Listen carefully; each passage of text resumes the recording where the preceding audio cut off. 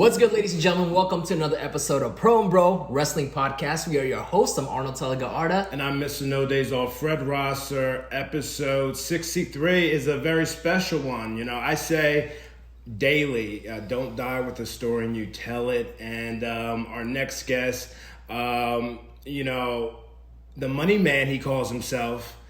I told him I was going to lay it into him. You know, we've had many guests on Pro and Bro Wrestling. And this is another episode of him sitting under the learning tree and him sharing his story, because I say don't die with the story and you tell it. The money man, trained by Damian Wayne. He's making moves, and obviously he's trying to make moves with, the big league. So I wanted to have him on our podcast. I'm a man of my word. Irvin legend, thank you for joining us on Pro and Bro Wrestling. I always say don't die with a story and you tell it. Thank you for having me on here. I'm really excited. I'm a man of my word. I'm a man of my word. I said I was going to have you on. You know what I'm saying? Yeah, okay. I ain't got you for a second. I want to appreciate y'all for hitting me up, letting me come on here and share my story and talk wrestling. For sure, man. Irvin, it's always a good time when you get to talk about something you're passionate about. Absolutely, absolutely. You're from Virginia, right? Yeah, I'm from good old Virginia. Yeah. As someone who's from Virginia, are you a big fan of Pharrell, NERD, and all that? Yeah. No? They represent the VA pretty hard. That's why I'm like saying, huh? yeah. Unfortunately, I'm from Virginia. I mean, Virginia ain't horrible, but it's not my idea. It's kind of where I grew up. I didn't have a choice, but okay. You got Chris Brown and yes, maybe people like that from VA. So at least we got a little something. Yeah, man. Money man. I was telling Arnold yesterday. Well, he was telling me consistency is key. One of my favorite quotes from Denzel Washington.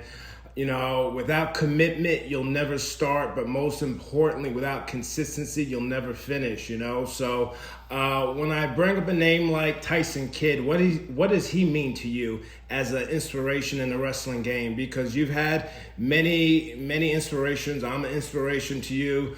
Talk about Tyson Kidd. How's that relationship clicked with you guys? Have you guys met before? I know I've seen pictures on your social media. You guys have met. What does he mean to you? Well, to be honest, man, Tyson's like a big brother to me. Like in and outside the ring, we've, worked out together in the gym. Pretty soon I'm going to go to Florida and drop by his Hart Dungeon and actually train in the ring. It's funny, I met him through Smith Hart because me and Smith did a podcast. It was called Mike Ferraro's Rolling Podcast, and Mike was sick, so I took over his spot just for that episode. And Smith happened to be a guest, and he's like, hey, I need you to run the podcast. I'm like, what? Like, I've never hosted anything, so I did it. And we talked about Tyson. I was like, hey, man, like, how's Tyson doing with his neck? And Smith used to love to rib me all the time. Like, we weren't talking on the phone about Stampede or Canadian wrestling or, Canadian girls and, the drills. He'd be like, hey, kid, you need to talk to TJ yourself. You need to stop asking me. And I'm like, man, how am I supposed to even make this connection? So I tweeted to Tyson. I'm like, how am I going to do this without seeming desperate? How am I going to hit up TJ? But I was like, hey, man, I just did a podcast with Smith, and I was just checking in to see how you were doing with the recovery of the neck and, stay strong. And I know hopefully this ain't asking too much, but if you can give me a follow back, that'd be dope. And within a day, he follows me back, and I'm like, okay. Now I see the message, and I can see him with DM. He responded within 10 minutes, which was like, damn, that's crazy. So I was like, hey, really, I hope you get better. Your inspiration with you being a smaller guy. I mean, I'm not trying to sound cliche, but you have a crap ton of heart. You literally dug yourself out the mud, which in Virginia, that means you came from nothing. That's where I come in. And I was like, hey, I'd love to talk to you one day. I hope I get to share the ring, which I know that I meant train or lift weights. And that was an opportunity. He did a seminar with Kurt Hawkins at Creative Pro in Hicksville, New York. And at the time, I didn't have a car. But I said, I'll be there. I'm a man of my word. I will be there. He's like, okay, man, for sure. And I know in his mind, how the hell is this kid going to get to New York with no car? So I took a train, 12-hour train ride from Virginia to New York just with a bag, $4 to my name. I didn't eat in about a day and a half, but I brought my gear and I trained. And I told her, I looked and said, hey man, like Kurt was taking roll calls of the attendees, and he's like, because my real name is Irvin, so that's what I signed up as. And Tyson was looking like, what? Like he actually made it. And I was all the way back. I'm like, what's up, man? He's like, oh shit. And like, I didn't think you actually was like, I told you, man, I was gonna make it. So I went left. My match was right after MJF's, because he let the creative pro guys go first, and I was back, and I was an outsider. I worked the referee, which was cool, but I put him aside, and I'm like, hey man, like I made you promise I'd be here, even if I was in the ring for 5 minutes, 5 seconds. I wanted to show you that I'm committed. And I want this more than anything. He's like, well, how'd you get here? I said, training. Are you good on money? I'm like, yeah, man. Like, I'm a proud man. I'm not gonna tell somebody I don't have money. He's like, what'd you eat? He says, I didn't eat yet. He's like, well, are you hungry? I'm like, yeah, I'm hungry, but wrestling is more important than me eating right now. And I can figure something out. And he was like, you want me to give you some money? I'm like, hell no, man. That's your money that you earned. I'm not taking money out your pocket. I'll be straight. Went to the market, 89 cents, good old oysters. Like, I hate oysters, but I didn't have, disgusting. But that's all I could afford, and it was worth every penny. Took another 12-hour train ride home. And he literally texted me like, dude, I can't believe you did that. I said, hey, man, I don't mind it. It was worth it. We got to talk. And about a year after that, he was in Norfolk because SmackDown had a show at the Scope. I took an Uber from my house to One Life right off Granby Street, and we worked out.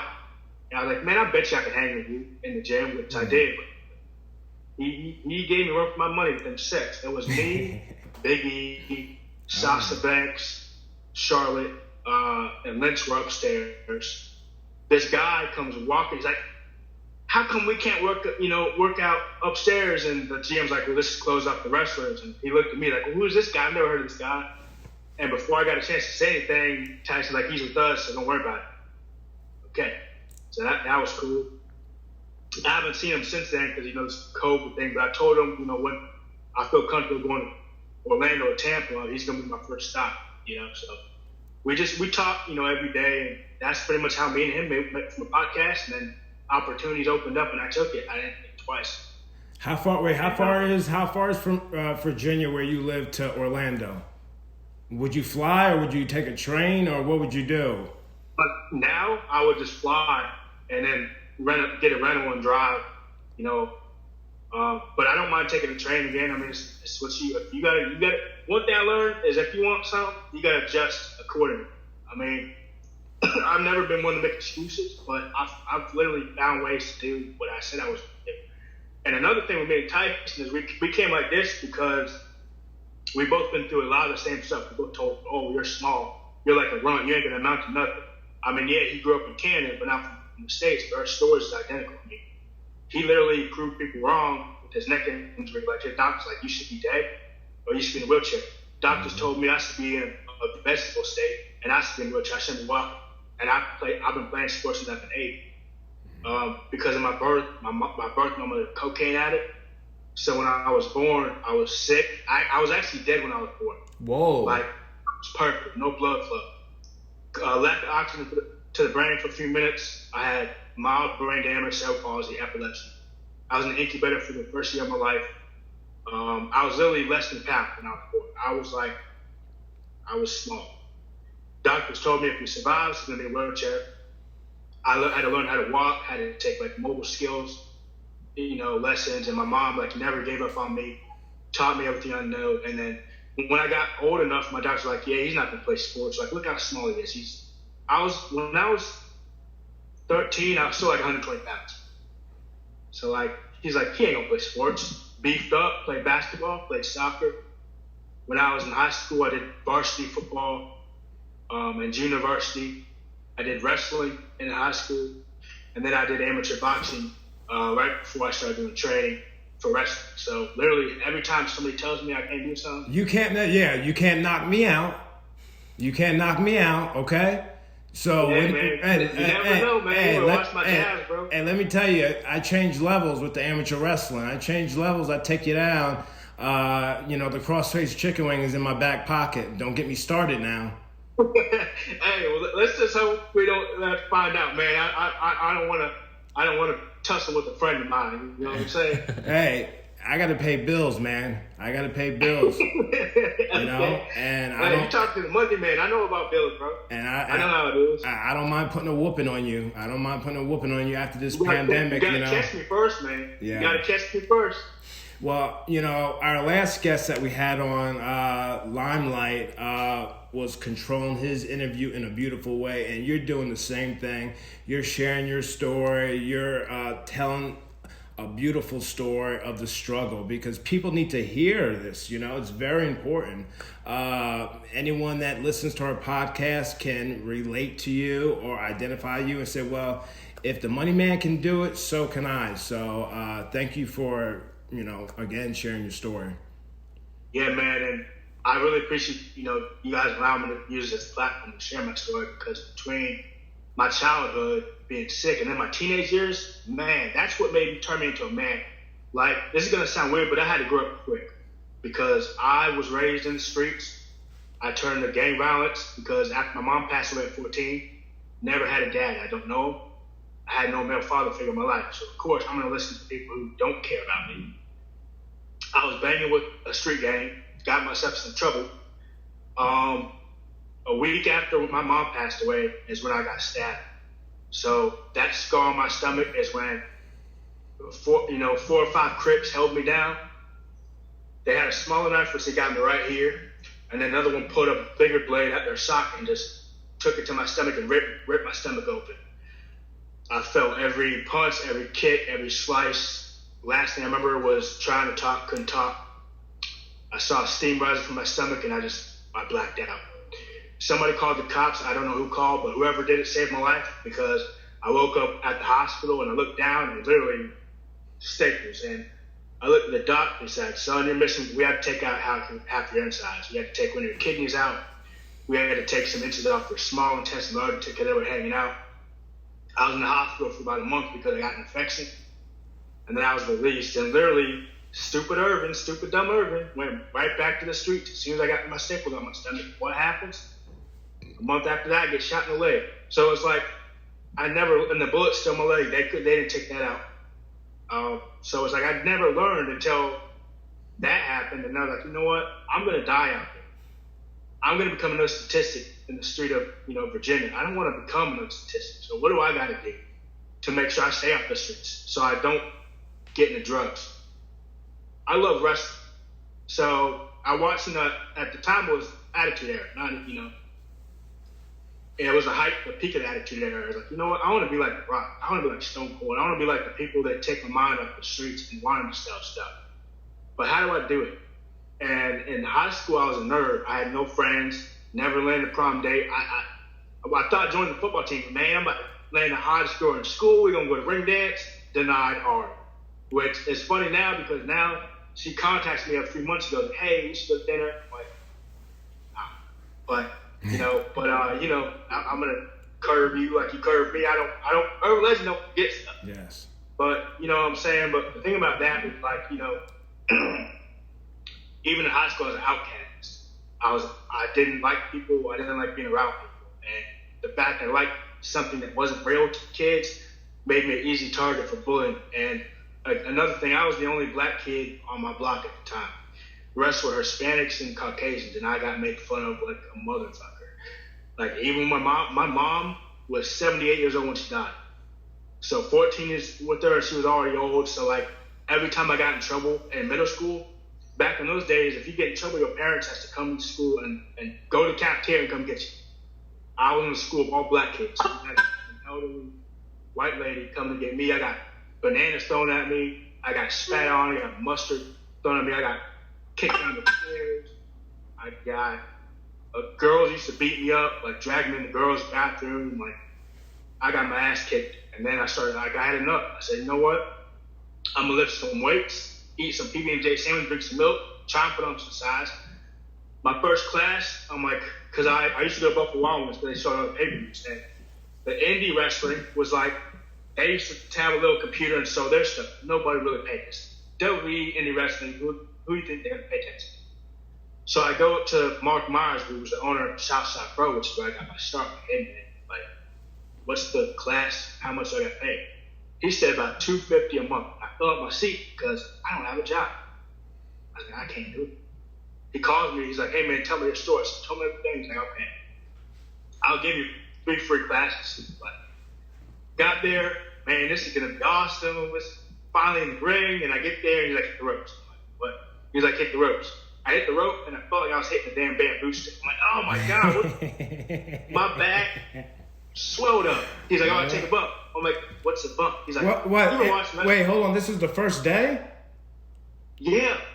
He's like, hit the ropes, take a bump. I'm like, what's a bump? He's like, bend over. And one of the students kneeled over behind me, and he pushed me because he said, put your palms down. And I landed, I'm like, what the ow. Like, what the hell is this, man? He's like, yo, it's like, y'all laying on this? He's like, yeah. It's like, I can't do it. I can't do it. And literally, he spent 20 minutes trying to get my footwork, and I was so small that I ran through the ropes. Like, when I grabbed onto it, I fell through because I had no match. I was like, yeah, that's enough for the day. He's like, you still got 2 free lessons. I'm like, I'm straight. I'll just come class and I'll watch you guys. But then I got into, like, bodybuilding. I never went pro. I'm not even amateur. I just lifted weights. I jumped up to about 165. I got a job as walked to the pizza place, washing dishes. And then, I was a little bit of money. But then I started selling my blood for extra money, which is not a good idea because I did it too much to where I was sick. I sold so much blood in 1 week that I went to training, like, throwing up. Wow. I literally sold my blood to pay for my first 3 months of wrestling training. Like, blood, sweat, tears, I did that early on. I did what I had to do. But then I put on so much mass, like, what are you doing? Like, nobody puts on 20 pounds of muscle in months. Like, I did nothing. I was eating and, like, watching Arnold Schwarzenegger videos and how to put on mass to different body parts. And to me, I'm like, well, if I want to be a pro wrestler, I have this thing called show muscles. I mean, yeah, you want to have muscles everywhere, but to me, show muscles are your legs, your chest, your shoulders, your arms, your back. Legs. Yeah, definitely legs. Because wait, hold on. Let me tell you about legs. When I first started, I had long trunks all the way up until I got signed in 2009. And then when I got signed, Billy Kidman was like, "Why do I have on long trunks?" I said, "Oh, I don't feel comfortable in short trunks. I prefer long trunks." And he said, "Well, Vince McMahon is a mark for guys with big legs." The next day, I had trunks being made, so legs are where it's at. What's you about 230? I'm 230 on the dot, yes sir. I'm good. I knew it. I said you about 230, 235. Yeah. But I was told when I first started, this is a upper body business, which I was being fed bullshit. So well, no. Wait, listen. You're not being fed bullshit. Wrestling, it's all ice cream, just different flavors. You might like Rocky Road. I might like cookies and cream. Arnold might like mint chocolate chip, but it's all ice cream. I would, well, whatever. It's all ice cream, but people have different ways of teaching, man. And like me, your first day, I wouldn't be beating you up, and I would be explaining to you, how to take a bump, not just take a bump. Hit the ropes. I'm going to show you first how to hit the ropes, how to take a bump, But yeah, continue. So I put on mass on my chest, my arms, my shoulders, and then my legs. Literally, my first year as a worker, I got Rookie of the Year, which is unprecedented because I went up against 12 indie feds in Virginia and the Carolina region. And at the time, I was still Urban Legend, but I didn't have a gimmick. I had like tribal tights, corny music. Like I think it was "What Set You Claim" by J.R. Ryder. Didn't know who I was. That was my first ever theme song, and I put on a few matches, and they all they do Heel of the Year, Baby of the Year, Rookie of the Year. So when I got Rookie of the Year, everybody was like, okay, maybe this kid does have something because he got voted from different, feds. So now I start breaking out. I'm like, well, who is Urban Legend and what do I represent? Because to me, a gimmick, unless you work for a major company, unless a gimmick is given to you, your gimmick should be somebody you are that you never got to express. That's how it's natural. So Urban Legend to me is the side of Irvin Bertucci I never got to be as a kid. I think so. When I have my glasses, my shiny, headband, my jacket, talk all my shit. That's the version of me I wanted to express in high school. Now, with me having an inspiration of Floyd Mayweather, it was easy for me to adapt because I'm trying to be as close to him as I can because I'm bigger than Floyd technically. I mean, was he 5'7"? So I'm a little bigger than he is. But I try to emulate him as much as I can because that's who I feel like I am. I can relate to. But, back to me not having a gimmick at I started, I didn't know who I was. And then it wasn't until I talked to Abyss, I think it was in 2017 when I did Monster Factory seminars and trials 3 different times. And the third time I got on the show with Abyss, like, hey man, because that's when he was doing the cake gimmick with Rosemary and Crazy Steve. I'm like, I really need help with the gimmick. First, the only thing he said to me in the locker room was, like, hey, your gimmick should be who you are, times 10, amped up. I'm like, okay, who am I? So I went home and I got a piece of paper and I brainstormed like my backstory, where I came from, what I want to become. And that's how, and then I started rapping. That's one way I get all my frustrations out because when I lost my mom, I started writing. And I told you I don't know if I told you, Fred, but I lost, my girl last month. So I started writing again. And with me performing on the microphone in front of a live audience, that was my way of being comfortable on the mic. So when it came to becoming promo class in wrestling, I didn't have a problem. Some guys don't like promos. Yeah. But when I first started promos, I had this. It was like I was in high school and I was presenting like the class project to the people in the crowd. Yeah. And I purposely went last, and then right as my name was called, I'm like, teacher, I gotta go bathroom. I didn't even come. I didn't come back. I just waited to go right there. And then she emails my sister like, you failed. I'm like, okay, cool. Like, I'll go to study hall. I'm not presenting the project. I get stage fright. I can't do it. But, eventually I outgrew that because wrestling, at some point in time, you're going to have to talk, even if you don't want to. Even if it's short, everybody has to do it. Yes. Brock Lesnar's even done it, even though it was like a millisecond. Right. And sometimes when he does it, I'm surprised. I'm like, shit, I was actually good. And he don't talk like that. Yeah. That was a few times where I was surprised. But yeah, that's where I learned how to do my promos with rapping. Mm-hmm. And then my gimmick, I was like, okay, well, I've been stabbed. I literally went through hell just to be here. And what do I want to be in 10 years? I want to be wealthy. Irvin, already hearing your story, I'm just letting you go because just hearing your story, I'm sitting back as an OG writer. If I had a promotion, this is how I would build your story with vignettes and stuff like that. Like you said, you times 10, your backstory and all that stuff, man. People need to see that started from the bottom. Now you hear moments with you, you know what I mean? So, yeah, continue. And it's like, so it's like I had to overcome being dead as soon. I didn't even have a chance right before. Like, I was gone. I was purple. Eyes were glassy. They brought me back. I've actually been clinically declared dead twice in my life. Once from the birth and once from the stabbing because I lost so much blood that my heart stopped 3 times in the ambulance. So after all that, I'm like, if I got shot and stabbed and I'm still here and they can't stop me, what the hell can I not survive mentally? And the wrestling business is mostly mental. I've been tested every day of my life. So when people say wrestling is mental, I'm like, I got this shit. What do I need to worry about? People not liking me, pressing judgment on me, for, one for my skin color, and always have to live up, oh, he's black, he can only go so far. Man, I've been proving people wrong my entire life. Being in wrestling ain't no different. It's just another adjustment I got to make. But Irvin, 5 years you've been in the wrestling business. Yeah.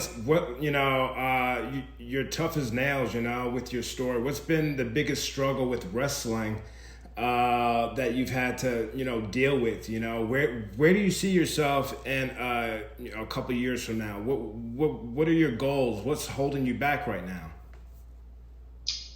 My long-term goals the next 2 years is to land a contract. Whether it's from WWE, AEW, New Japan, which I really wanted to go to. I just want to show the world that I got something to offer and I can hang with whoever I'm in the ring with. As far as holding me back, I mean, mental for me, like, I don't like coming up with excuses for myself as to why I haven't got signed. But I can just wake up every day and keep working and keep doing something to make opportunities for myself so I can get something. I'm not gonna wake up one day like I'm not signed because maybe I'm not good enough because I'm not making connections. Well, Simply.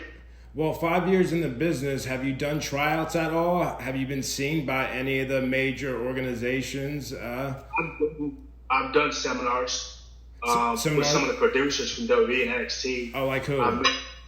Jeff Jarrett, Tyson Kidd. I did one with Mark Cohn. Okay. So I've been seen by, some people.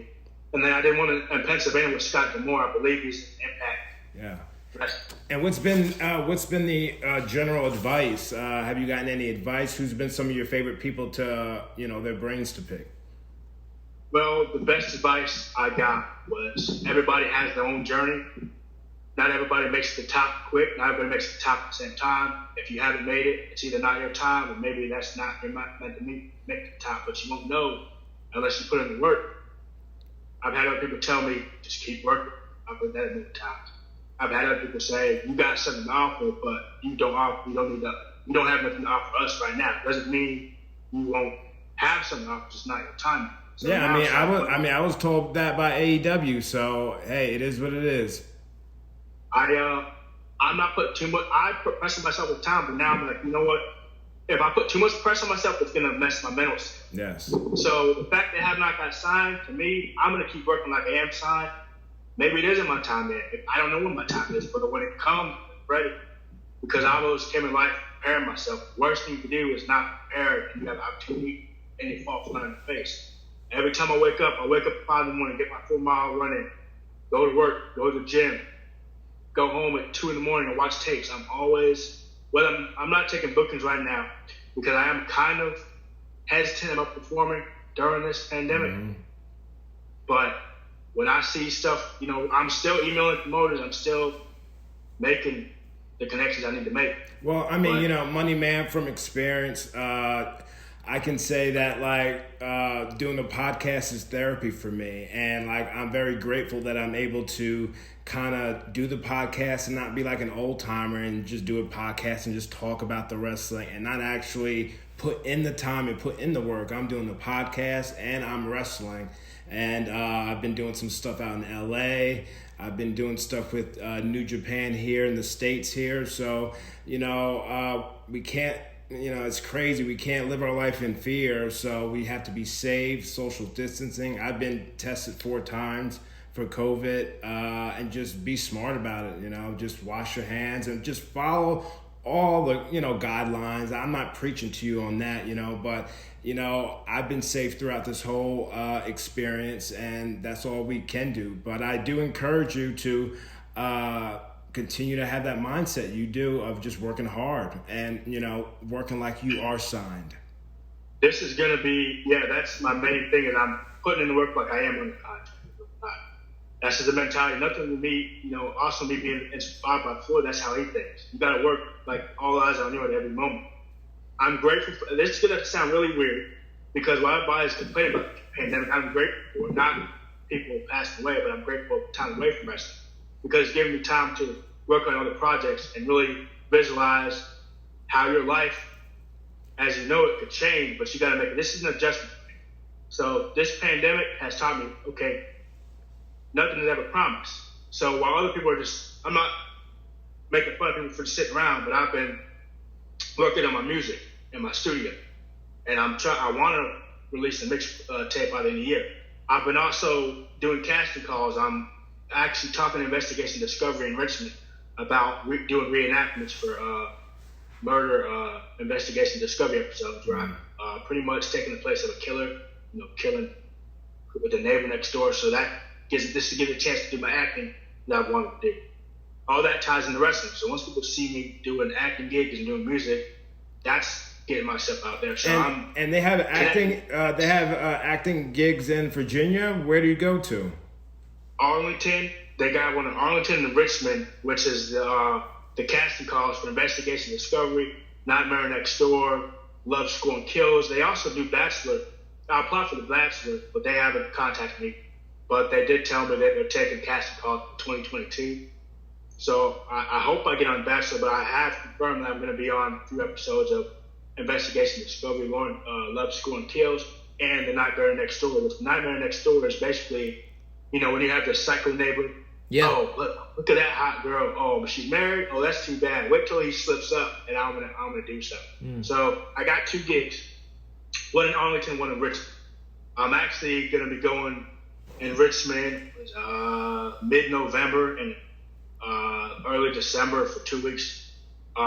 Looking at the script, filming, and then coming home, and they're gonna put my episode on January, both episodes. So it's gonna be on the TV. That's great, man. And my name is protected. I'm going under someone else's name because that's what I'm portraying. Yeah. But he's like, the thing about these roles is you got to fit the description. So like, if it's 5'9", 5'10", bald African American dude, I got the part. Yeah. I'm pretty close. Yeah.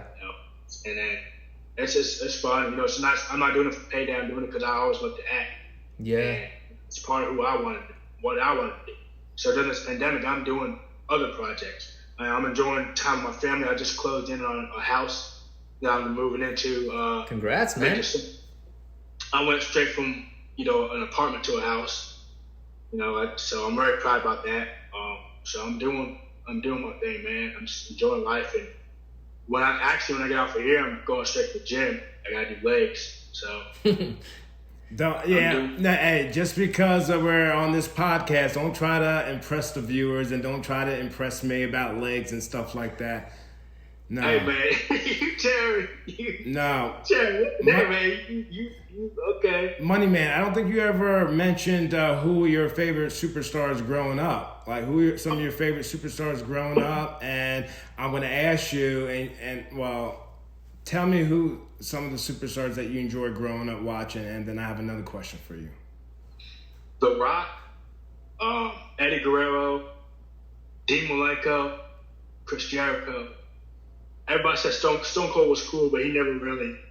I liked him being a rebel, but he never really connected with me personally. Shawn Michaels. If you want to take it back, Macho Man, Mr. Perfect. People like Ric Flair.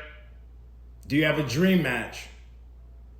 My dream match? You want a live or not a dance dream match? Well, both. Alive? Both. One alive? I think me versus Seth Rollins. That's a good one. Me versus Owen Hart or Guerrero. Ooh. That would be awesome. Yeah. And why do you like Owen Hart so much? This is an unpopular opinion I've always believed. I'm going to go out and say, because I said the same comment with Tyson. I always believe that Owen is better than Brett. And the reason why is because he offered more. His character, his in-ring work, he had charisma. Not saying Brett didn't have charisma, but he had hints. He wasn't consistent on charisma-wise. He had his moments, but Owen was on the dot every single time. So if we're talking all around, I'm putting Owen over Brett. I agree with that, man, because I feel like Owen, with his work in Japan, he's more of a high flyer, and he can also work ground like Brett too. And as a character too, like growing up, well, I guess I'm kind of biased because I'm a Shawn Michaels fan, and I always didn't like Brett as much because I was always on Shawn's side. But me too. As a fan, I was more entertained with Owen. The way he gave those Slammies credibility and he treated it like a world championship. Little moments like that. He was just a great worker overall. The Nugget. Yeah, the Nugget. I'm not a Nugget. He was well beyond his years. Yeah. And if it wasn't for his untimely demise, he would have been a world champion. Absolutely. And to think, at the time when he passed, I believe he was only 34. And now you look at stars like AJ Styles, all these amazing talent who's in their early 40s and still wrestling in their 20s. Owen's prime, in my opinion, he hasn't even hit his prime yet, man. I agree. I think when he was working, he was too good. He was better than he actually realized. The same thing with Orton. I don't think Randy realized how good he actually is. So to me, I'm always gonna pick Owen over Brett. I know Tyson was like, what? But because normally when you ask anybody else, you're like Brett. What about Owen? Owen unfortunately, Owen will always be overshadowed by Brett for whatever reason. Well, what did Tyson say? He disagreed with you? He didn't disagree. He was just surprised because he gets that question a lot, considering how he has a connection. Because everybody's always like, Brett. So when I said Owen, he's like, really? Why? And I told him, okay, I can see that. he didn't really have an opinion on like who he thinks is better because he told me that he learned a lot from both. So it's hard to pinpoint one or the other, but it was just something we talked about because we were talking about Stampede Wrestling. We were talking about the traditions Tyson had to do in Canada that is different from here, and that's where he was like, well, let me ask you something. Who do you think's better, Owen or Brett? I said, Owen. See, we had Tyson Kidd on a couple of weeks ago, and just traveling with him, and I never wanted to let him down in the ring, so our relationships are very similar, but I've been able to share a locker room with him. I've been able to share the ring with him, and he's very creative, with coming up with stuff. If I was struggling with maybe a heat spot or something, I would just go to him or go to Fit Finley. But I would go to Tyson Kidd, and he was just always so helpful. I remember one time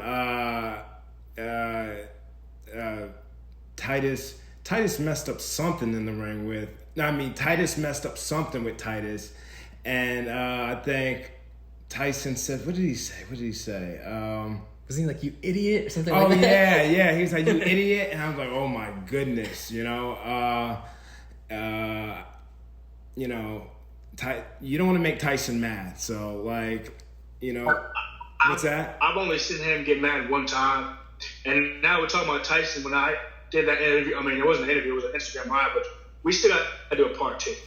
But yes. Part 1, we did drop your name because he asked me, who inspired me, who am I close with? I dropped your name.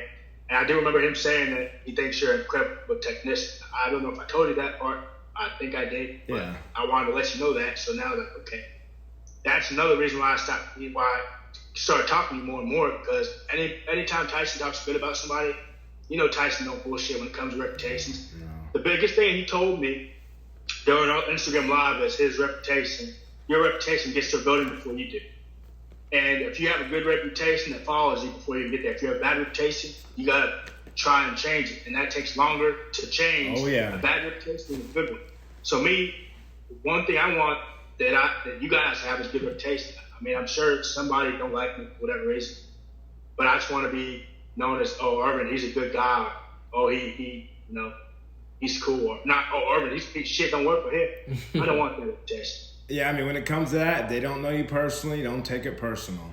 But you mentioned Seth Rollins as a current dream match. Why Seth? One, I think he's awesome. With him coming from the Indies like me, he made it. Independence, Ring of Honor, NXT, main roster. I actually hit up his DMs. I do some stupid stuff sometimes, but I figure since I'm in the business and I'm kind of not, I'm not signed, but people know who I am.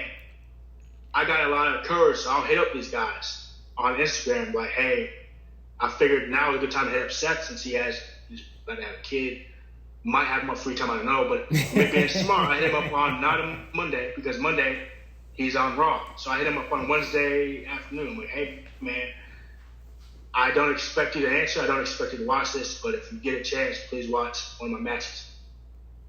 5 days later, he's like, yeah, man, I'll watch when I can. And then I was like, okay, I'll hear him, maybe never. But a week later, he's like, he sent me a long list of what he didn't like. Wow. So now I talk to him once a month, if that, and I told him, I said, hey, next year I'd like to enroll in your Black Raven, Iowa. So I know I bought a house out here. Maybe I can get an apartment in Iowa and train with him for 6 months and actually meet him and talk to him and train with him. And I actually got, accepted. So good. Now I'm going to start paying, So I'm planting seeds to becoming better, because when people say I'm a legend, I want people to look at my resume like he's legit. He's been trained by one of the best in the world. He's not just talking out of his ass once. So I put myself in a position to bring myself one step closer to being legitimate and upping my chances of getting a legit shot. I've been in the Monster Factory not training, but I've done seminars. I've trained at Creative Pro for seminars. So now it's time for me to get up my training and polish my skills and become better. So now that I did that with Seth, now I think we ain't tight, but I can talk to him once in a blue moon if it's not big, which I never thought was going to happen.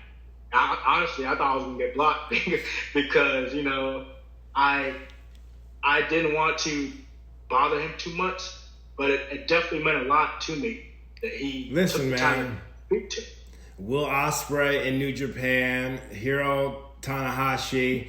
I'm fanboying over them because they're doing their thing in New Japan, and I reach out to them on social media, and we're having conversations. You know, me and Will Ospreay, who also deals with mental health, is a big advocate on it. I'm a big advocate on it, so all I can do is just support him. But I get giddy when I am having a conversation with him or Tanahashi.